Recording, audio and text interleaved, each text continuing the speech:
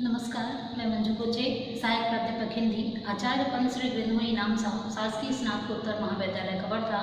आज हम हिंदी एमए द्वितीय सेमेस्टर के अंतर्गत आधुनिक काव्य भाग 2 प्रयोगवाद प्रगतिवाद नई कविता समकालीन कविता के अंतर्गत सच्चिदानंद हीरानंद वात्स्यायन अज्ञे द्वारा रचित लंबी कविता असाध्य वीणा का अध्ययन करेंगे।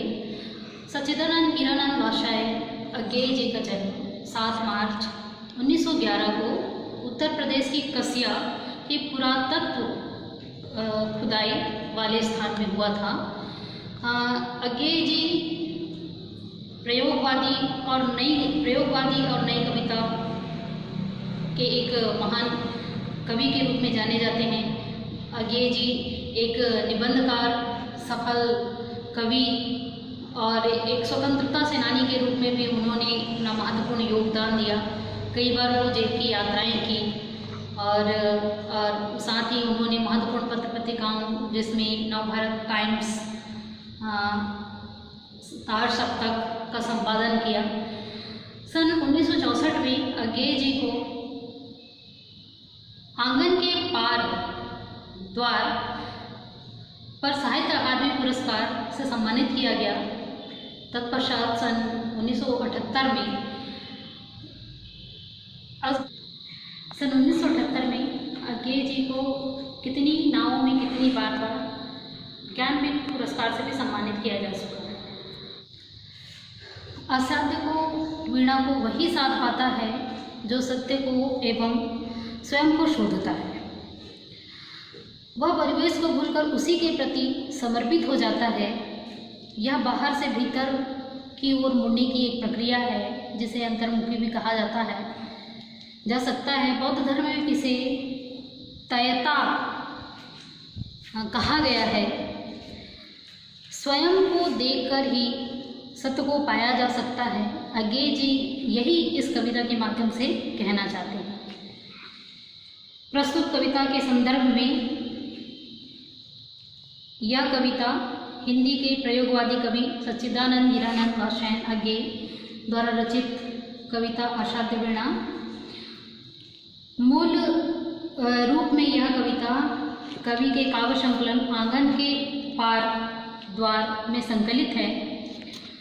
प्रसंग के रूप में हम कह सकते हैं राजा के पास जो असाध्य वीणा है उसे कोई साध नहीं सकता और अनेक कलाकारों ने इसे साधने का प्रयास किया, परंतु यह वीणा किसी के द्वारा साधी नहीं गई।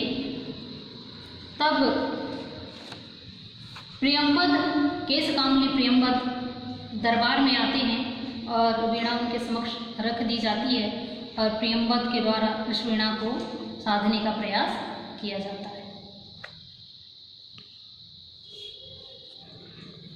श्री नरेंद्र शर्मा ने अपने एक लेख में यह कथा इस प्रकार दी है कि लुगामेन खाल में एक विशाल कीरी नामक वृक्ष हुआ था जिससे इस वीणा का निर्माण किया गया था और इस वीणा को वादने के लिए बहुत से साधक आए, परंतु इस वीणा को वो साध नहीं पाए।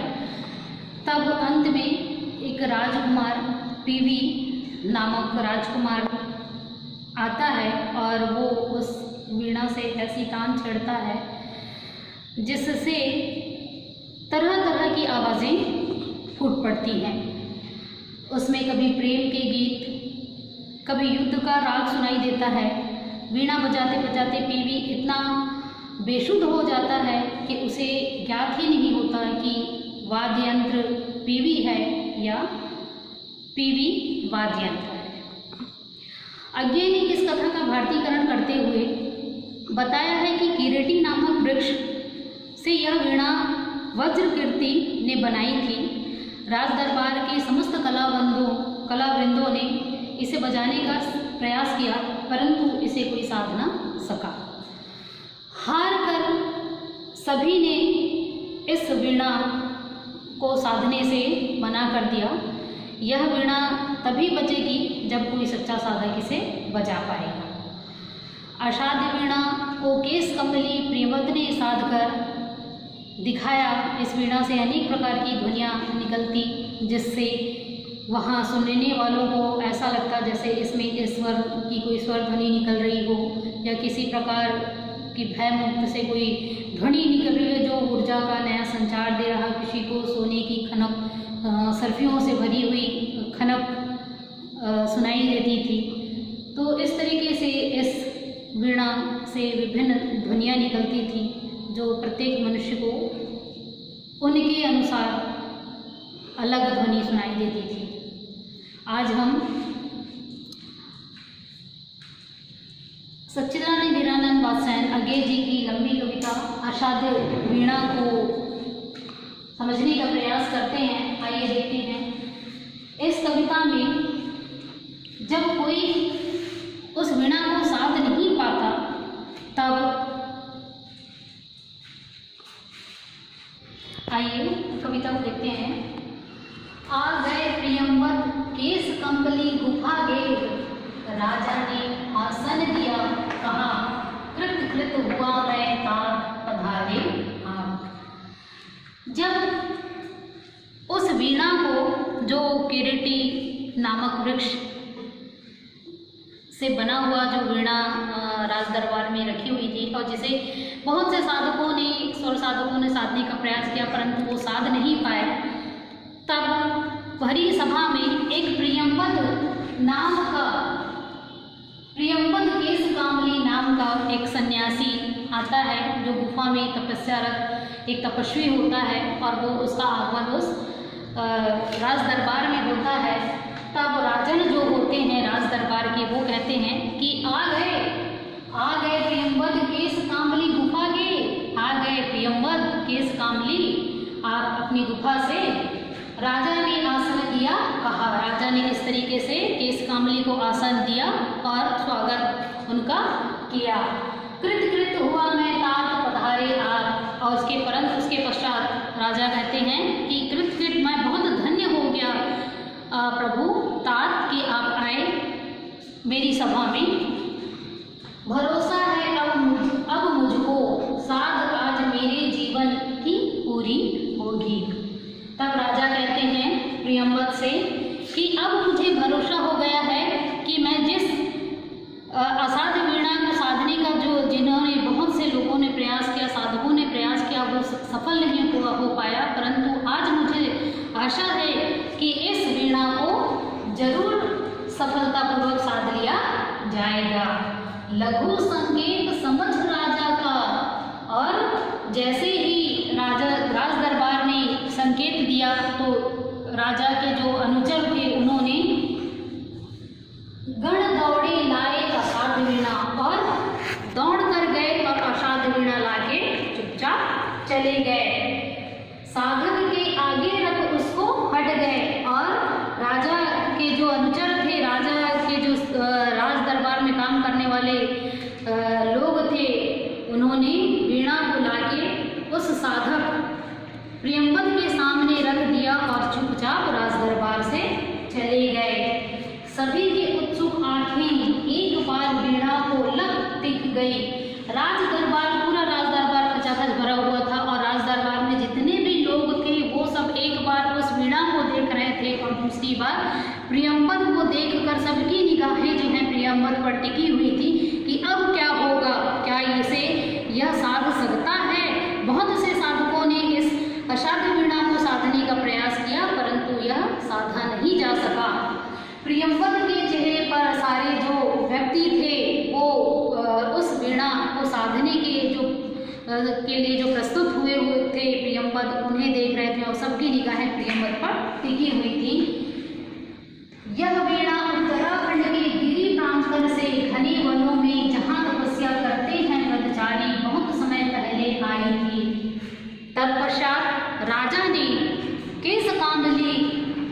प्रियंवद केस कामली से कहा कि हे तात, यह जो वीणा आपके समक्ष रखी हुई है, यह वीणा उत्तराखंड के गिरी प्रांतर के घने वनों में जहाँ तपस्या करते हैं ब्रह्मचारी, बहुत समय पहले आई थी। तो उस वीणा के संदर्भ में राजा के प्रियंवद से कहते हैं कि यह जो वीणा आपके समक्ष रखी हुई है, यह वीणा उत्तराखंड के पहाड़ी प्रदेशों, गिरी प्रांतों, पहाड़ी प्रदेशों, पहाड़ों के घने वनों में जहाँ बहुत से तपस्वी व्रत रहते हैं, वहाँ से यह आई हुई है और इसके संबंध में मुझे बहुत ज़्यादा स्पष्ट जानकारी प्राप्त नहीं है। इस तरीके से राजा जो है राज दरबार में प्रियंवद के आने के पश्चात उस वीणा के संदर्भ में इस कविता के विशेष के रूप में हम देखते हैं कि सच्चिदानंद वात्स्यायन अज्ञेय जी ने संस्कृत के शब्दों का प्रयोग किया हुआ है। ये कथा के रूप में इस कविता को प्रस्तुत किया गया है और कृत लघु जैसे शब्दों का प्रयोग, जो कि संस्कृत के शब्द हैं, इस कविता में संस्कृत के शब्दों का प्रयोग किया गया है। वीणा के संबंध में राजा के द्वारा प्रियंवद को बताया जाता है कि किस तरीके से वीणा उनके समक्ष या उनके पास पहुंची। तो इस तरीके से आज हमने असाध्य वीणा के अंतर्गत एक जो लंबी कविता है उसका एक कविता हमने अध्ययन किया और आशा है यह कविता आपको अच्छी लगी होगी। अगली कविता को हम अगली कक्षा में देखेंगे। धन्यवाद।